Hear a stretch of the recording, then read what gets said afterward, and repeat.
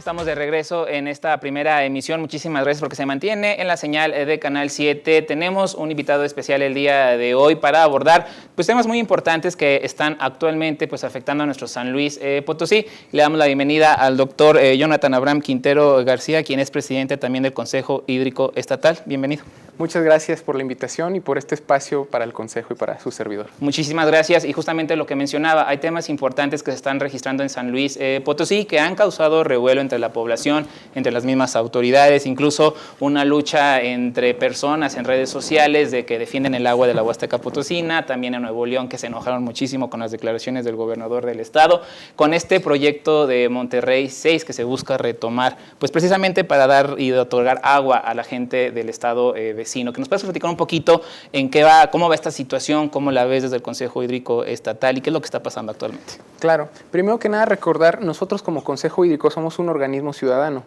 Mayormente estamos compuestos por investigadores y profesores, ¿no? Estamos compuestos desde la academia. Entonces, nuestra postura es siempre lo más objetiva posible y basados en los estudios que se han hecho con anterioridad y los estudios que estamos llevando cada uno de los integrantes de manera propia, ¿no? con base en el tema del agua.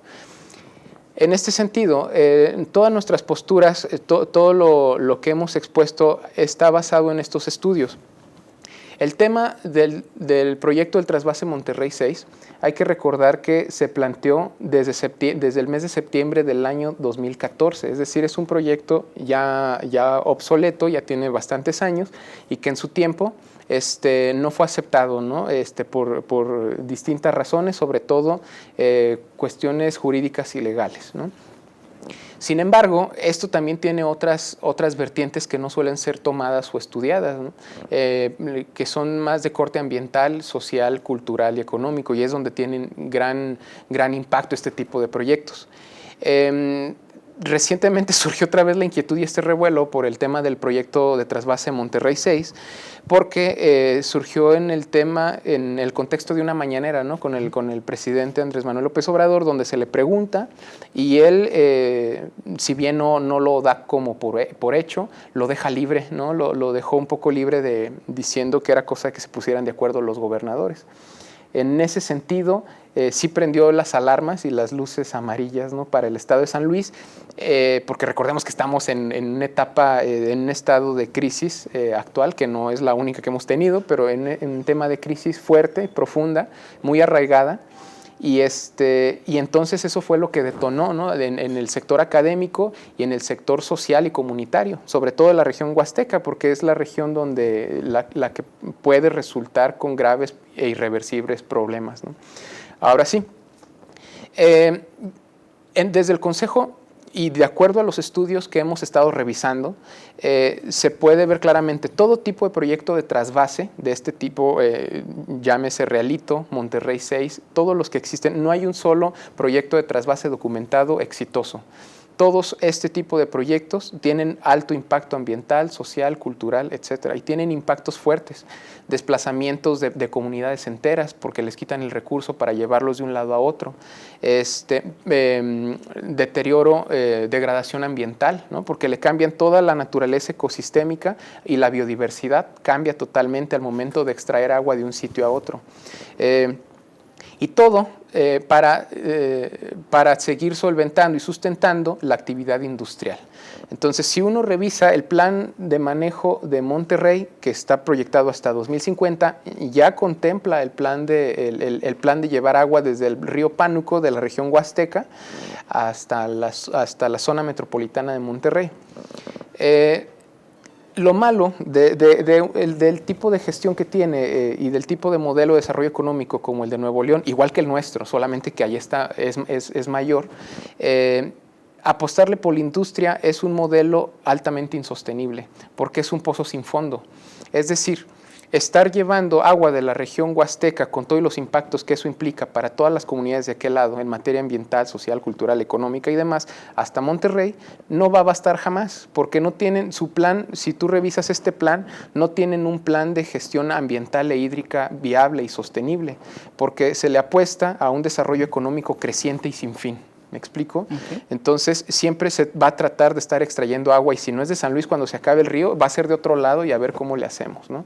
Y de hecho este es un modelo que también tenemos aquí a nivel local muy grave, ¿no? De estarle apostando a actividades industriales en una región que no tiene las condiciones para poderla solventar. ¿Se puede hacer algo desde el Estado? Porque escuchamos a los gobernadores, bueno, al gobernador, a otros funcionarios hablar de que no se va a permitir que el agua se lleve a Nuevo León, pero pues de decirlo a hacerlo es algo diferente. ¿Se puede hacer algo? ¿Se puede hacer algo concreto en ese sentido?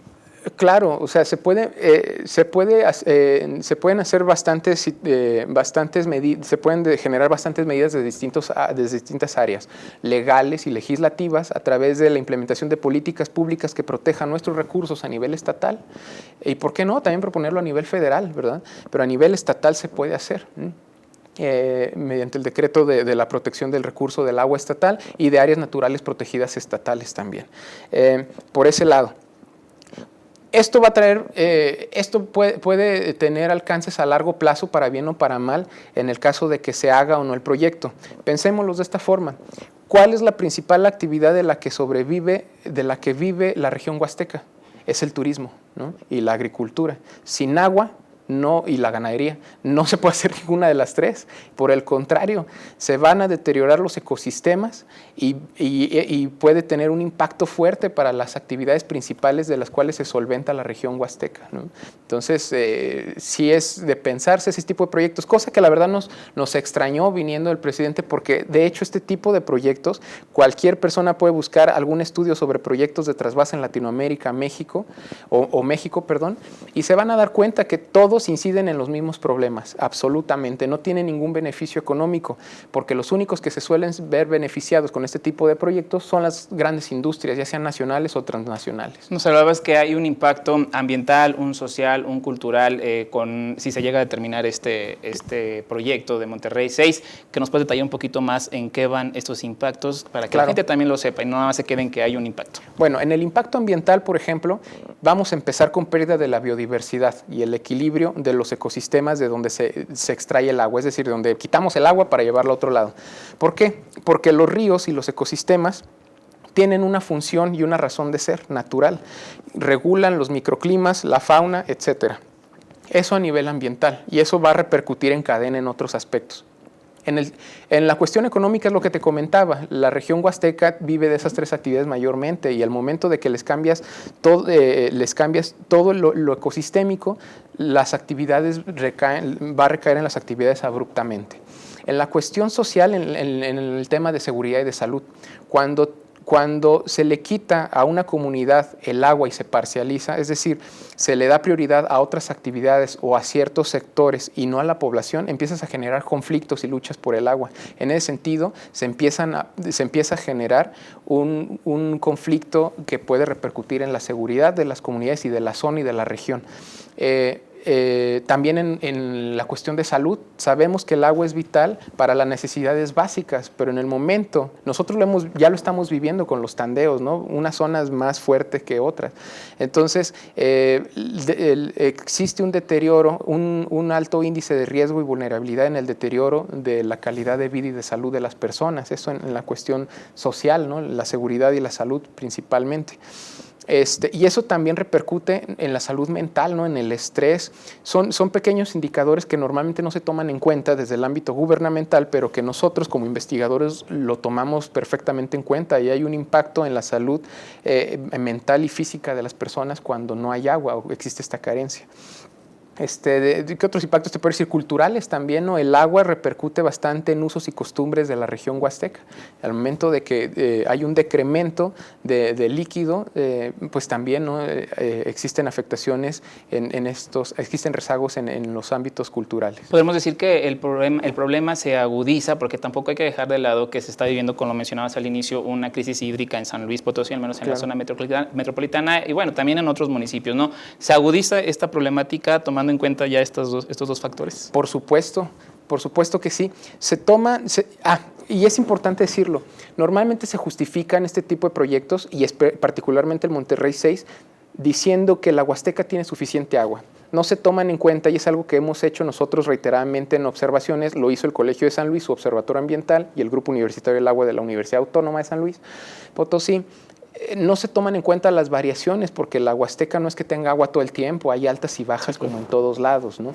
Entonces, no se están tomando en cuenta qué va a pasar cuando en las temporadas de sequía o de baja cantidad de agua, de bajo flujo. No se toman en cuenta eso, se toma en cuenta, es un proyecto que toma en cuenta como si todo el tiempo hubiera bastante agua, ¿no?, en la Huasteca, y eso es mentira, eso es falso. Entonces, otra justificación es que sobra agua, ¿no? Que en la naturaleza sobra agua porque termina dando en el mar, ¿no?, el agua de los ríos. Eso es falso. En la naturaleza nada sobra, la naturaleza todo es útil, nada se desaprovecha y tiene una razón y un sentido de ser. Nosotros, si algo nos ha enseñado la historia humana una y otra vez, es que cuando nosotros tenemos acciones equívocas con miras de un interés político o económico, y de minorías, ni siquiera de poblaciones, sino de grupos económicos pequeños, ya sean industriales o empresarios poderosos, grupos empresariales poderosos, pues existen percances sociales y ambientales, ¿no? Siempre es una constante y es un patrón, y eso puede llegar a afectar a la región huasteca y a sus comunidades. Y tú desde el Consejo Hídrico Estatal, ¿cómo ves el actuar de las autoridades? ¿Hay interés para abordar este tema del proyecto Monterrey 6, también tomando en cuenta la crisis hídrica que estamos viviendo? Mira, de entrada se debe de consultar a la población. Debe de haber una consulta de una población previamente informada, pero informada no desde quienes promueven el proyecto, porque pues a final de cuentas es un marketing, es mercadología, así me explico, o sea, sino de la información real, fidedigna, científica, concreta, objetiva, ¿no? Y entonces la población definirá si realmente no quieren tener el agua o quieren que se la lleven a cambio de dinero, ¿no? Y a veces, ¿verdad?, es lo que se dice. O si realmente valoran el recurso, ¿no? Es un recurso que es invaluable monetariamente hablando, económicamente hablando.